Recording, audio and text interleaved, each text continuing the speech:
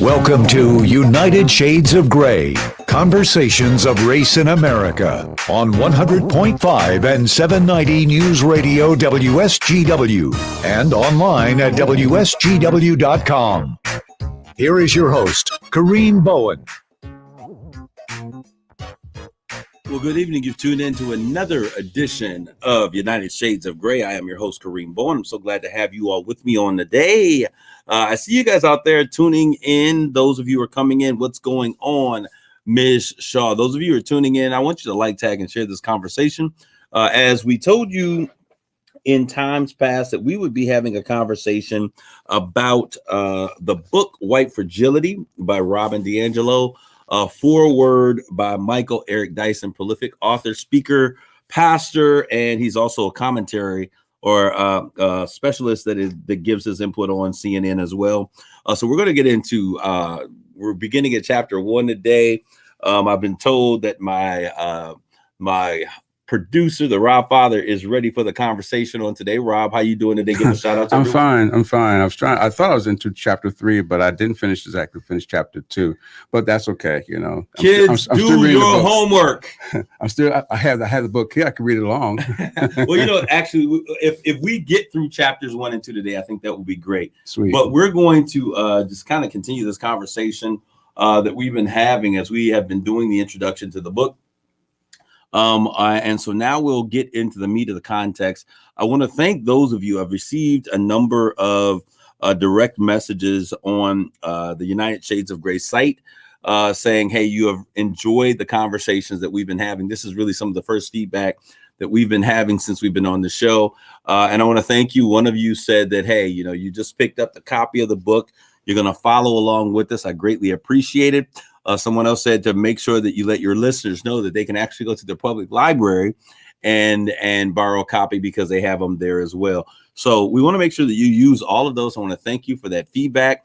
And we're definitely going to get into this conversation because I think that it's one that is very important. So when you begin to, I want to say for those of you who are listening, when you hear us talk about the book White Fragility, even the title itself would cause many people to have, you know, kind of shake or brace themselves for what may come next.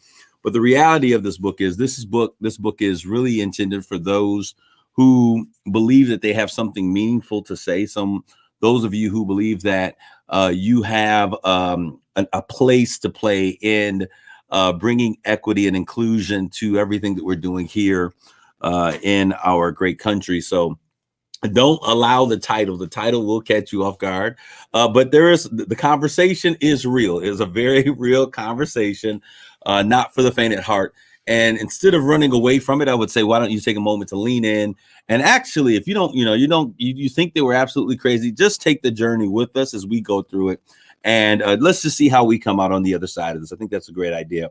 But let's get right into things. I want to talk about what's hot off the press. And Rob, there is so much taking place around the world. It seems as though we have been having a meltdown of sorts even. And so I want to just kind of really hot off the press is really about everything that's happening in our world at this time. Our hearts and prayers are continually with those individuals in Haiti. How long was it? Because I know we built, I think I want to say about 7-8 years ago. No, it had to be longer than that. Probably about 12 years ago, the previous earthquake in Port-au-Prince. Right. Okay, that's about 12 years ago, right? Give or take. All right. And I remember during that period of time, Jay Rich, God bless his heart, he's such a giver. During that period of time, sent down a team to Haiti, and we built 23 tent homes. It was called 23 City. So we built 23 homes, and so we got these oversized tents because one of the farmers or something, he owned a soccer stadium that was no longer being used, and he opened it up for people to live there. And so we built these homes out of tents, and then we created container gardens so that people could, begin to have some food and plant food for themselves. There was a generator, a tent, container gardens, and there were 23 of them that we put inside the stadium, and other individuals. 2010, thank you. So in 2010, Wow, 11 years ago. So we said about 10 years ago. So 11 years ago, that took place. Thank you for researching that for me, Rob. But it is just so crazy that once again, in the same place where we're experiencing, similar things, and it's absolutely, devastating to a community. They were really just kind of recovering from all of everything that happened before, and they're saying there's about 1,900 people that are considered dead now, and I'm sure that number is going to continue to rise as they continue their search and rescue mission. But this is something that is absolutely horrific. This is one of those occasions. Wyclef Jean, that's who it was. He did a whole fund and did a number of fundraising campaigns for his home country of Haiti. And so, our hearts go out and prayers go out to the entire everyone that's involved, everyone that's impacted. We know everything that's going on the other side of the area in Cuba. So this is a global issue that impacts us as a world. And so as I just continue and I look at what happens next, I was going to talk about what's happening in Afghanistan, Rob. And I figured that you might have a thing or two to say concerning the Taliban now taking over in Afghanistan. And one thing that I will say is if that we were to remove politics from what we see taking place, that this is something that we all knew would happen. It's something that we all kind of anticipated, if you would, right, that the moment that American troops were being removed or withdrawn from the nation, that the powers that were there would return and restore, and we would have another regime that would be in place. We've seen this happen a million times. But Rob, being an individual who has fought for the freedoms of our nation in, wars that impact our nation, what are your thoughts and concerning this current situation in Afghanistan? I have a two mindset. One, because I'm a former soldier or still veteran, and or sailor rather, at humane side of it. The operation could have been done better. It should have been done better through 4 presidents. It should have done it better, from the first president who started the whole thing to the current president who is actually doing something. But as a veteran and as an American, and knowing that President Biden had his own son involved with that sort of thing, and with me being still connected to the military community in my veteran status, we had to pull out at some point. And I look at it this way, based on having grown up in the streets. We had 20 years to train, 20 years to give to them everything. And it's time that, okay, we have to turn around and go. It's like I learned this, on the streets. You learn to fight. And after a while, you're left on your own to see what you can do, what you've learned to defend yourself. I feel my heart goes out to all the people out there who can't defend themselves. But we can't stay there forever, and it's not at the risk of my fellow Americans to shed their blood for a country that won't fight for itself. I just feel that strongly about it. And I certainly understand that. I think that going into this situation, once we began to get involved, I remember at the beginning of the invasion that this started 2006 was it for Afghanistan? 2006, 2008, something like that. Earlier, I think, because we went in there right after we were doing the Iraq thing, looking for Hassan. Was it Hassan bin Laden? Osama bin Laden. Not Osama bin Laden, but who's the guy who was in charge of Saddam Hussein. Right, that was the beginning of everything. But I think that this particular war in Afghanistan ramped up, if I'm not correct, when President Obama came in, and the war had already begun in the Middle East, right. But I think that he believed that the single most threat. So you're right, the war had already begun in Afghanistan, but he came in and he was saying that the single most, the biggest threat, I remember him saying, was what was taking place in Afghanistan, and understanding the dynamics of the Taliban and the ideologies of the region. And so it's kind of interesting. So yeah, if you could find out when that war began, I know that the whole Middle Eastern, our engagement in the Middle East It's just like I said, under Bush, October 7th, 2001. 2001. So the invasion started. The whole thing, right? We did. It's like a triple play we did. Absolutely. So, and then I know that we ramped up our antics or our affiliate or our aggressive actions toward Afghanistan. It wasn't supposed to be that long. Absolutely. And then next thing you know, Obama inherits it 8 years later. and so that became the issue to deal with. But we all understood that once we left that region, that we would leave that region, that it would never be stabilized. These are regions who have been unstable forever. And be it Democrat, Republican, Independent, none of that stuff matters. The reality of the situation is that there are lives in the balance. And I think that sometimes, and hopefully this does not prove to be one of those cases, like certain things that really bother me, such as the status of women in that region. Under the U.S.'s involvement with Afghanistan, we saw, a resurgence or an increase of the number of women that were in media. We saw women being bold and being out front and being a part of the transformative work that was taking place in Afghanistan. And now with that, I was just, listening to some of the women talking about, their fear of their lives for being involved with the United States. And then also the lives of their children, because they really believe that at any moment they could be just taken out because of their affiliation. And it appears they gave us a timetable. I can't remember what that timetable was, that they would peacefully allow individuals to leave the country. But Rob, I saw one of those military planes that was packed. The C-5. The C-5. C-5, C-131, one of the two. Packed with individuals that were, hey, listen, we're getting out of here because we understand that the other shoe is going to fall. And, we don't believe that we have an opportunity to survive if we're yet here.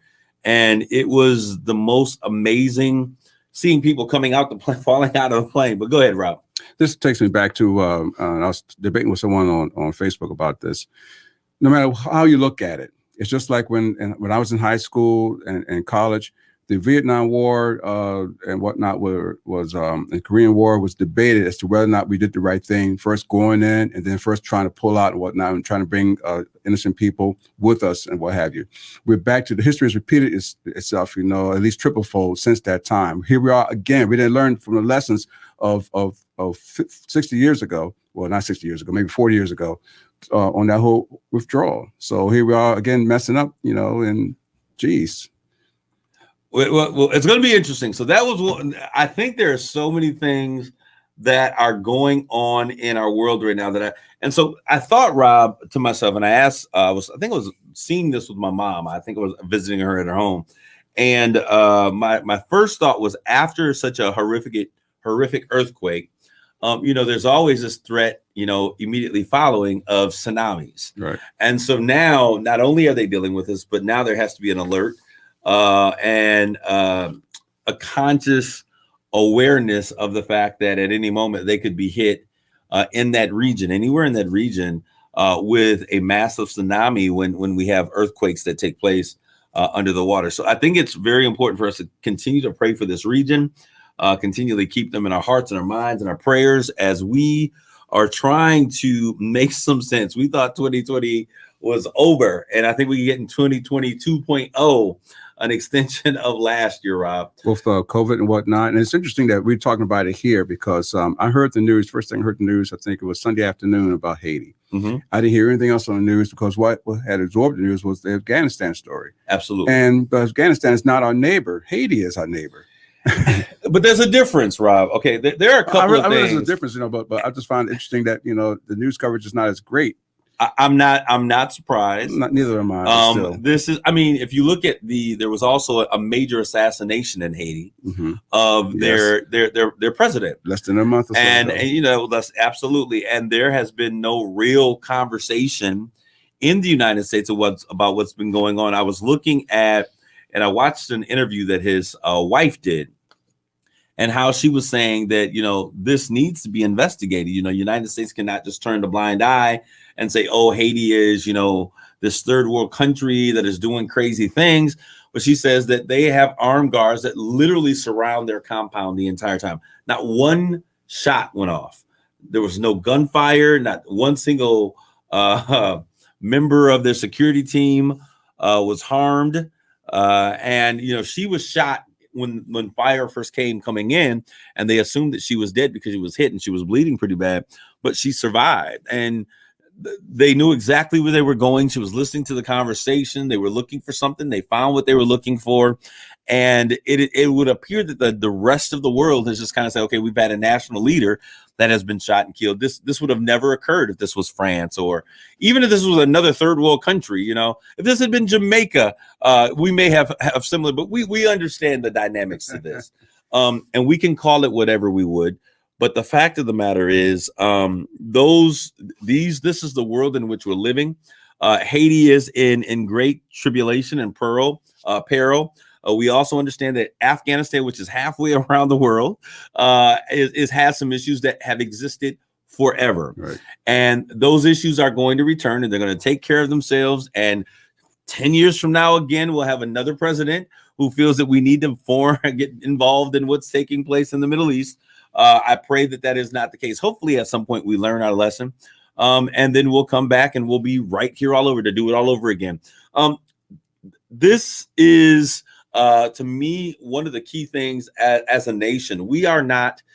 We talk about being a police state and how we are to police the world, but I don't think, and this is just my opinion, I don't think that it is our responsibility to run. We have enough trouble and issues here in our nation that we need to deal with. And I think that's what you were saying when you were making the statement about Haiti being our neighbor. Afghanistan is halfway around the world, but we got issues in our own country. Right. We have people who are homeless in this nation. No doubt. We have issues with gun violence. That is, that's right. We have people that are living in war zones daily.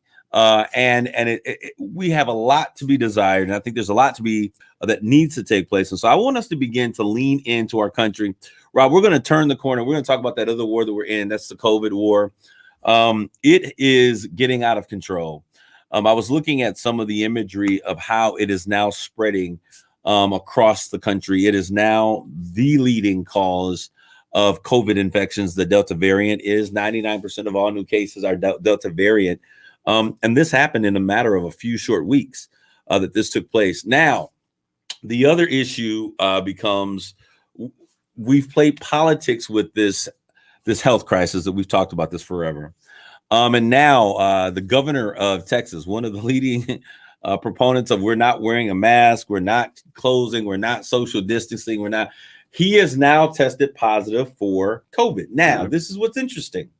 Because even though he has had this massive campaign to not do anything, he secretly, privately as well, has gone and he had been vaccinated. Now, his message is these vaccines, now it's a different tune. But the reality of it is he was seen in public, no mask, because, of course, Texas was basically do whatever you want to do. We're giving out guns, pick up a gun, have a gun, shoot, everyone carry a gun, everyone drop your mask, and it's going to be the OK Corral. We're going to do whatever we want. But he was at an event the day before he was actually diagnosed.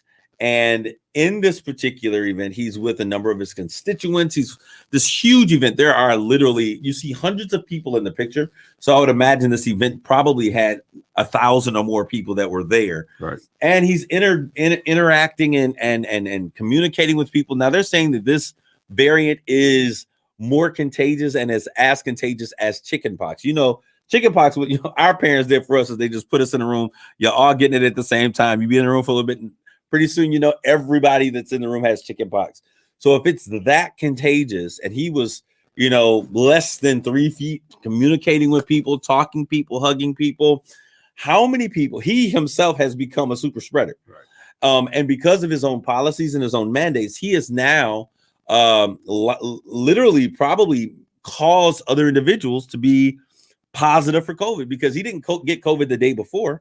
Nope. He had COVID while he was at this event, but because of his vaccination status, because he had been vaccinated, because he had the thing that he had been fighting against, not letting everybody get, why do you need to get vaccinated? It's your choice. You shouldn't do it. Don't wear a mask. Don't social distance. But now the vaccination is coming and it is aiding in his, because he has some other pre-existing conditions. But what about all of those individuals that you have infected who are listening to your rhetoric, and I say this about rappers all the time. We listen to rappers talk about being on the block and selling pounds and selling bricks and all of these other crazy things.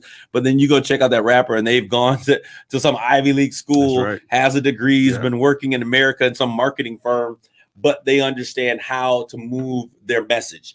And so we see him moving his message, but we see that his actions don't line up with his message. Right. And so now he has put people in jeopardy. Hypocrite. Absolutely. Now he has put people in jeopardy. There are people that he probably personally infected with this disease who don't have the privilege of doing like some of these other Republican leaders have done. You know, we go out and we'll spend $1,500 on this dose of, it wasn't remdesivir, but whatever this thing was that they were using. I just think that this is hypocritical. And we've got to get to a place that America first. It's not about politics. It's not about, messaging. It is not about right wing or left wing, but this is really about, united shades of gray, as we talk about. We have to become united against this virus, or we're literally going to lose this war, and more people are going to be sick and die. That's right. That should not be here. So I'm going to get off my soapbox for this minute, but I'm going to end this conversation on what's hot off the press with something that's a little bit more encouraging and enlightening this coming Sunday. That's August the 22nd, which happens to be your guy's birthday. So in advance, happy birthday, Kareem. I want to say that there is going to be an amazing program, Rob, and I hope that our community comes out to support this. My dear brother, Ayite Sowa, Attorney Sowa, and his lovely wife and their team. It has now grown into a team. I remember when this first started, and he and I would travel to New York talking about how we were going to impact the community. And his piece of making transformation in our community has been to engage young people and police officers, to get police officers involved in mentoring programs and projects and basketball games. I played in the very first Bridge the Gap basketball tournament. He gave all the kids tennis shoes, and they've been doing this amazing program. And so tomorrow they are having their annual Feed the City program. It didn't happen during COVID, but it's going to happen this coming Sunday, Rob, at 1 p.m. at the Huntington Park. And this is like 2020, like I said, 2020 2.0. They didn't get to do it last year. So this year they have enough food to feed 10,000 individuals. Now, I do have to say, while I think this is an amazing occasion, I don't think it may be the best interest for our community at the same time to be bringing thousands of people together in the midst of a pandemic. However, I think that if they can create some sense of social distancing, if they could begin to, just kind of make sure hands are washed and sanitizing stations are there, I think it's going to be important. But I think it's imperative that we lean in and we support. Heavenly Cakes is going to be there. I know my cousin, she has these amazing cakes, and I can't wait to get what she has. It's called a peach cobbler pound cake, Rob. And I'm going to let you know how that goes, because 22nd is my birthday, and so she should already know that should be on the menu for this coming Sunday. But I want you guys to get out and support Bridge the Gap, police officers, and young Black and brown kids in the community, building positive relationships. So events like 2020 with George Floyd and Tamir Rice and all of the other young men who died at the hands of gun violence by police officers. So these things won't happen. They're building relationships by building programming that brings everyone together. So I want you guys to come out, support. It's 1 p.m. at the Huntington Park. And it's going to be amazing. And you're probably going to hear this afterwards, but I want you to know that it was amazing. So great job, Bridge the Gap and Ayite Soa on a job well done. We want to thank you guys. We're going to take a quick break, and we're going to be back with more of United Shades of Gray.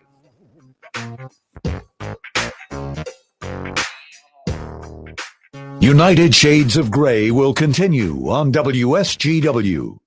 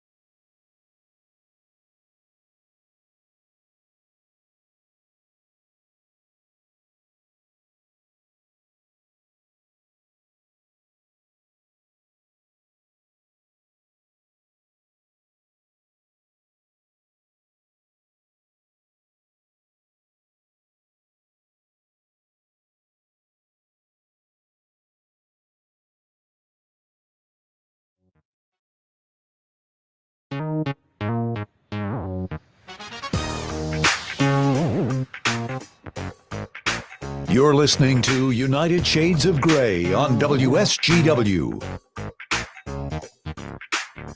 Hello, this is Kareem, and we are back. We paid some bills, and now we're back with you here. We're going to get right into our conversation today. As we promised, we're going to continue our conversation on white fragility. It's a book written by Robin DiAngelo. It's an amazing book. Many of you have been listening along, and you have also said, hey, you're going to follow along with us in this conversation. So we're going to get right into our conversation today about white fragility. And I hope that you guys are leaning into this conversation. I want to thank you, Rob, for being here on today. And as always, keeping me in line and in check. All right, so we're going to begin. We're just going to jump right in here and taking a look at this book. And we're looking at chapters 1 and 2. And really, they kind of talk about the power of whiteness. Now, if any of you have questions, we want you to put those questions in the comment stream. Chapter number 1 of this book talks about the challenges of talking about talking to white people about racism. Now, I want to say this, and I've recognized, and even here on this show, and Rob have had some conversation before. Chapter 1 is talking about the challenges of talking about to white people about racism. Chapter 2 talks about racism and white supremacy. And one of the things that I've noticed to be true, and Rob, you've seen this in our conversation, is that when it comes to communities of color or Black folks, especially, right. and we have we don't mind addressing issues of race because it's something that we deal with on a regular basis. And I remember probably about a year and a half or so ago, I was on Art Lewis's show. Right. And we were there and we brought up the conversation of what was going on with George Floyd is what it was. That's what we were talking about. Yep. And one of the callers was irate when they called in. You know, they were like, listen, is this all you do? Get up and talk about race every day? And he was like, yo, I think the guy's name was Justin or Josh, Justin, you know, pull it together so that you can ask your question. And he was really upset that we were on the show talking about race. But here's what I've learned. Black folks don't have issues talking about race because it's something that has impacted our lives generationally, historically, but it impacts our lives in a very real way. And we're comfortable with talking about it every single day. And we're comfortable about talking about it because we understand that there needs to be some changes. Right. And in order for those changes to happen, people have to be made aware of certain things. And I think that some things, if we don't know that they exist and we can be blind or dumb to them, we can remain dumb to those things, that we can continue to live our lives in a particular way. And I think many white people feel that when we have this conversation about race, that it somehow means that we want to say that you're a racist and you're a racist and all of you are racist and you know, you want to make us slaves. And I think that you cannot go into this conversation that way. No. But I think that we have to go into it. They don't want to talk about slavery. And unfortunately, for the Negro slave, the ADOS, African descendant of slaves, that is where we begin our record line here. If we can hear your story about how your ancestors came across on whatever boat or ship or plane, and they came in and they saw the Statue of Liberty and they put forth hard work and they now have a conglomerate and they are where they are because of their hard work and dedication to the American dream, then you have to be willing to listen to our story because it is truly a part of American history. And it is, I consider it a part of the American story. It is, indeed. You can't deny it. I mean, it's evident everywhere. Okay, so as we talk about this, so getting into this conversation, I think it's important as we look at these particular chapter that we've got to begin to identify or put some words out there that are going to be very important.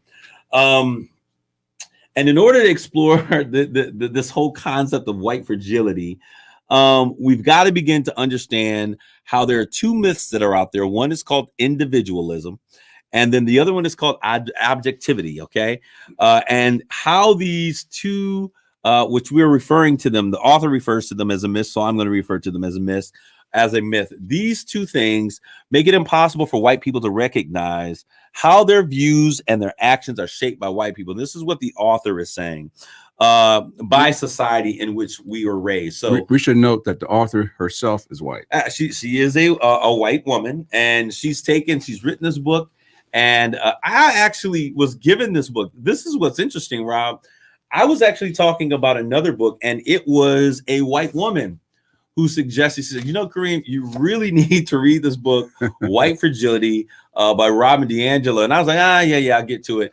And I guess I didn't get to it sooner enough, because when I saw her again, she said, did you get the book? She goes, I didn't think that you would. So she got the book for me, the initial book. Mm-hmm. And so I took it and I began to read it. I said, wow, this is powerful. So I passed that one over to someone else and had them read.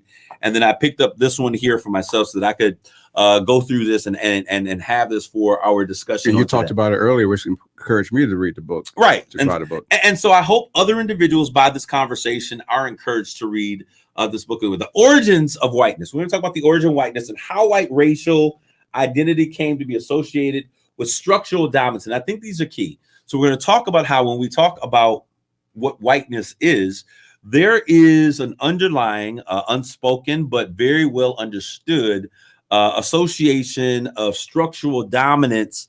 And we see this in who heads our companies, Americans' companies. We see who are the leaders in our political systems.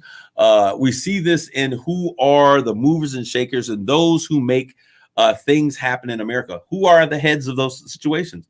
Is it just because the white people were the best at everything? No, but it is a system that when we look at it, it would lead us to believe those things, Rob, if we don't begin to investigate these conversations. So we're going to also, in this, talk about the difference between prejudice and racism. And I know this is one, man, I've had this conversation before, and it's going to be interesting. We'll talk about the difference between prejudice and racism. And there is a difference. And based upon the definitions of what prejudice and racism are, we would have to say that it was impossible for people of color to be racist, because it refers to a power structure that exists that Black people just don't have enough of that to in order to become racist. And so we'll talk about that as well. And I know many of you are going to be like, wait a minute, what are you talking about? There was someone who was reverse racist to me, and that whole system, that whole understanding or concept, when you look at it, really doesn't make much sense either. All right, we're also going to continue to talk about the ways in which white supremacy defines who makes decisions. We talked about this, who yields the power in our economic systems, our political systems, social, cultural institutions, with largely white people being unwilling to even acknowledge the existence of these power dynamics. And I don't think that Rob, I don't know if that is intentional, or I just think that they don't find it valuable enough, because my life isn't impacted by race the way that yours is. Exactly. And that's why they're not comfortable talking about it, and why some people get offended with us talking about race altogether. Rarely do I ever hear two white people, and I was in the Navy for 20 years. I've never heard two white people actually talk about race. It wasn't until a person of color came in, yellow or brown or black like myself, that actually talk about a race issue. It could be anything about anything. We could be talking about sports, and someone could say, well, it's because he's white, or because he's black, or whatever it is. And we could just have a general discussion. And usually when a Black person gets into the group, then some of the guys I was with felt a little bit uncomfortable about it. Said, well, we don't need to talk about race. No, we need to talk about it so you can understand our culture better. Well, I don't see black or white. I don't see black, but I need you to see me. I don't see black and white, but I need you to see me, okay? And I think, Rob, one of the key elements that we've got to begin to really take into heart is that when we talk about race, I don't talk about race because I want to talk about slavery. Right. Let's say that first. I don't talk about race because I want to blame someone for, the pillaging and the raping of, my ancestors. That's not why I talk about race. No. I talk about race because race impacts my everyday life. And a part of the benefit that you have from what we refer to as a white skin privilege, and that is not an offensive term. It is a term that is consistent with this understanding of when we talk about whiteness. There is a privilege that exists for many people simply by being, white, and you shouldn't be upset about it. And, we talked about this a while ago, and someone asked me about, how did I feel when we look at the dynamics of minorities and white women being one of the leading minority groups in the country. They're women. And so what I've always said is that white women are not minorities, because they have always benefited from their privilege of their white male counterparts. Right. And so, it goes to us being able to understand and to examine those things. So what we're going to start off today about is we're going to begin with the myth of individualism. So we're going to talk about that. And those of you who are out there, if you have a question or comment or concern or a thought, we want you to, just lean in, just put the question in the comment stream, and we'll get to your question, or we'll share your thought as we continue this conversation. So just feel free to get involved. They're also, and Rob, get me those numbers. We can also get those numbers for individuals who would like to maybe call in and share their thought or perspective with him. And we'll throw that in the stream as well, so that you can have that information with you. All right. So this is about having a conversation. So those of you who are tuning in, I want to thank you for continually tuning in. Don't get upset. Lean into the conversation. Hear us out. And if it makes you feel very uncomfortable, or if it makes you angry, then that's another reason why you need to continue to have this conversation. Change only causes us to stir up on the inside. And when we begin to get stirred up, things happen. All right. So the myth of individualism, let's get into this. The belief in individualism is a central part of the American ideology. It is the belief that individuals have full agency. That means you have full control to shape your outcome of your lives. All right. And so, according to the thought of individualism, no one faces any type of barriers on the way that they make achievement, and are not doing anything outside of what, no other forces exist outside of their own doing. So factors such as where you were born, or who were your parents, or the color of your skin are simply irrelevant. And individualism is comforting and validating belief for white people who sit at the top of the nation's economic and political power structures. It tells them that their success and their advantages in their life are entirely the result of their own hard work. Rob, she said a lot there. She's put the truth of it. I mean, but when you begin to think about that individualism, and I've heard this a million times, people said, well, no, my grandfather was, he came to this country with nothing. He was from Poland, and he had absolutely nothing. And he worked hard, and he did, X, Y, and Z. And he lived in the ghetto, and he worked, and now he has created this business. And why should he pay for, someone who's at home? This is how it goes, that doesn't want to work. Why should he have to give up his benefit for someone who wants to sit at home and collect welfare? I've heard this very story that I'm telling you right now. And that is the concept of what individualism looks like. That individual, their parents, where they were born, none of those things matter. If you work hard, you'll be successful. And I will tell you, I think that the principle of hard work is absolutely true. Right. But what this concept or this myth of individualism does is that it places, or it takes away the idea that even though you're a Poland, you're still white. That's right. And what is the skin color? And that's the thing. People don't understand that, yes, there is a different system. There is and a different world that is at play, different opportunities. We're talking about access and availability and just barriers. There were barriers that were put up to my parents that were here. My grandparents have done an amazing job raising family with entertainers and athletes and all kinds of things, celebrities that are going on. They've done an amazing job. But if you listen to them and you lean into that conversation, there were so many barriers outside of the fact, not just barriers that I cannot do this, but barriers that they shut my stuff down, barriers that they would not allow me to buy the property, barriers that you can't come on this side of town. Right. And those are things that were not happening as pervasive as they were with Black folks as they were with other people of who are white that may be of a different nationality. Because Rob, the first thing a person sees is your skin color. And we live that today. You could have a $1 million basketball player walking down the street in a hoodie and sweats, and he may get pulled over compared to a person who's white in a suit. Who are you going to look at first? Because the white person's wearing a dress as a suit, or the person who's in sweatpants and a hoodie. Who do you think is more of a threat? Well, because of his skin color. People see skin color first before they see anything else, and that's what you mean by individualism. We can't say, well, because I am so and so, you still have the white privilege of, hey, because of your skin, because of the way things are.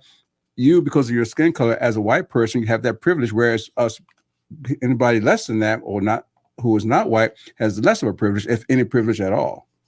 And Rob, I want to, I begin to look at this, and I see your comment, Donna Shaw. She said, I get very offended. I get very offended when another white person just assumes and operates as if I feel the same way they do. The nerve. Donna is she's right. She's right. She's a white woman, obviously. And she says, you should just feel. But that is identity politics. Mm-hmm. It is where we assume that if you are the same, and black folk do that as well. But when we see this, it goes back to that concept of the constructs of our nation, that there is a system of understanding that white is right. Well, black people do it within ourselves. You and I may say, well, okay, because he's black, he's going to be a cool brother for me or a cool sister for me. So we do it ourselves. We make that same mistake at times, except on a different level than what white people may do it. Absolutely. So let me continue with this, because if we get through individualism today, I think we've done really good. Okay. Individualism, it tells individuals that success and advantages in life are entirely the result of their hard work. This is what I was saying, intelligence and initiative. Therefore, it supports the belief that society is fair and organized as a meritocracy. Now, meritocracy, for those who are listening, is the fact that it is based upon your own merit. What you do, how you operate, how you move, will then give you this great opportunity. And there was a situation, Rob, especially when I was growing up and I had just gotten through college. I graduated from Carleton High School here, and I was one of the, I think it was in the top 5 academically. I didn't think I was the brightest person, but I applied myself. But when I got to college, it was so funny because every one of the other students that came up to Michigan State with me all went home. They were either at home or got kicked out of school. But I got there, and this is what some of my friends were talking about as we were going, because I got accepted to Michigan State. Well, yeah, but see, you get to get in because of affirmative action. I was going to say that, affirmative action. So I got in because of affirmative action. Because you were black. Because I was black, so status quos and stuff. So I'm like, but you make it seem as though, and this is where that whole concept comes in, that I got here because I was less than, but because of the color of my skin, they said, oh, we're going to put black, sorry for the poor black man, and put him in there. But the reality of the situation is I got there because of my own hard work. What this is a meritocracy, but they don't often exist. And so because of that situation, we got in. When we got to school, all of my friends were gone by the end of that first semester. They were all back home. Mm-hmm. So I had to find new friends to populate. I think Luz Martinez was still there at that time.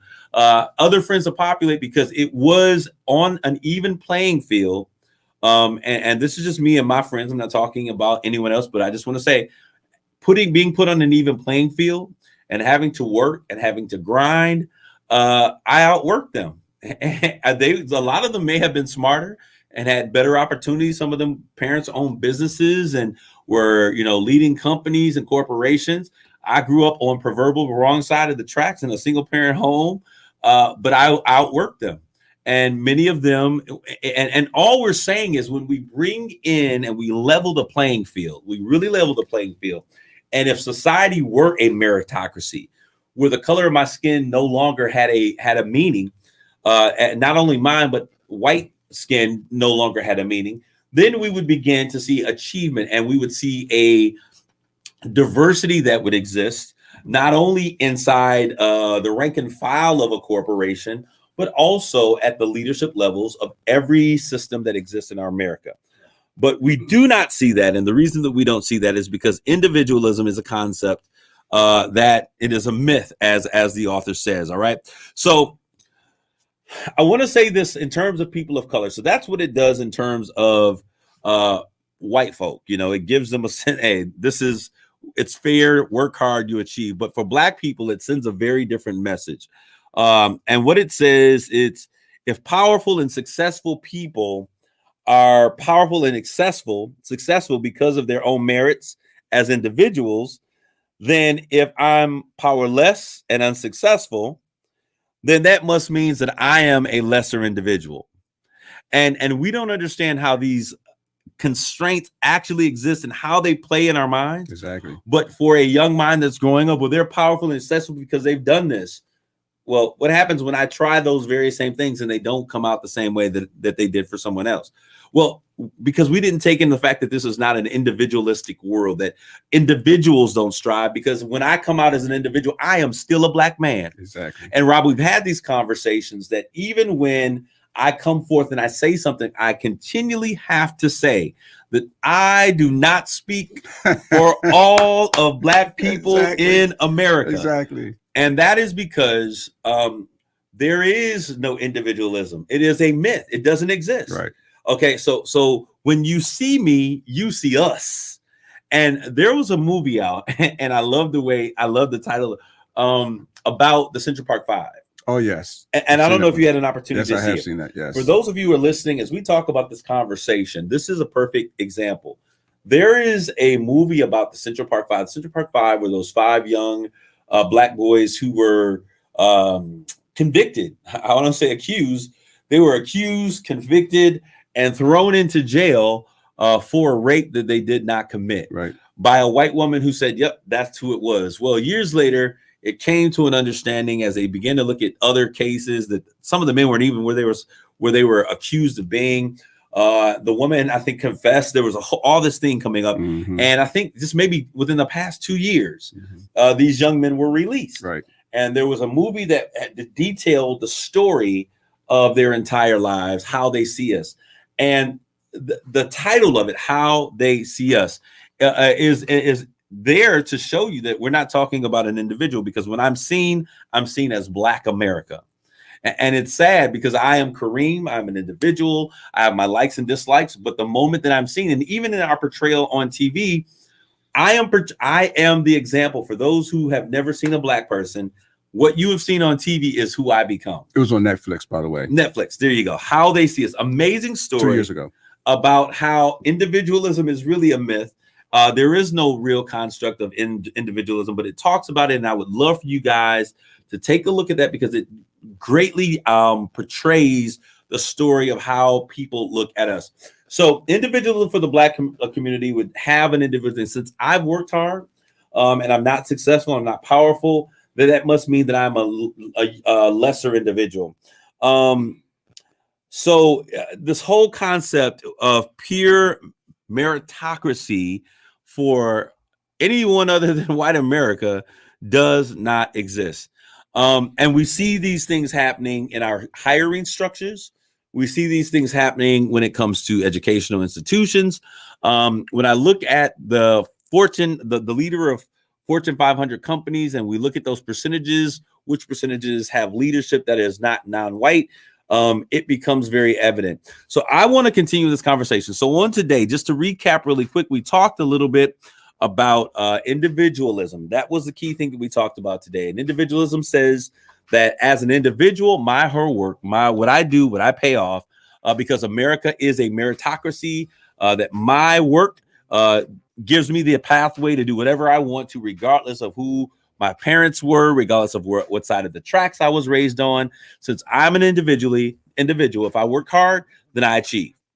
Okay. That is basically because America is a meritocracy. Okay. So it's important for us to look at that. And so for white America, what the author is saying is that is how many of us view the world. But for Black Americans, just to recap really quickly, what that says to other people outside of those who are white is that if you have worked hard and have not succeeded, if you're not powerful, if you are not successful, then that must mean that you are a lesser individual. And so we want to begin to have these conversations. Think about that little thing right there. What is that saying to young brown and Black and brown kids who are out there saying, I want to be great, and they shoot their shot and they aren't successful in the first attempt?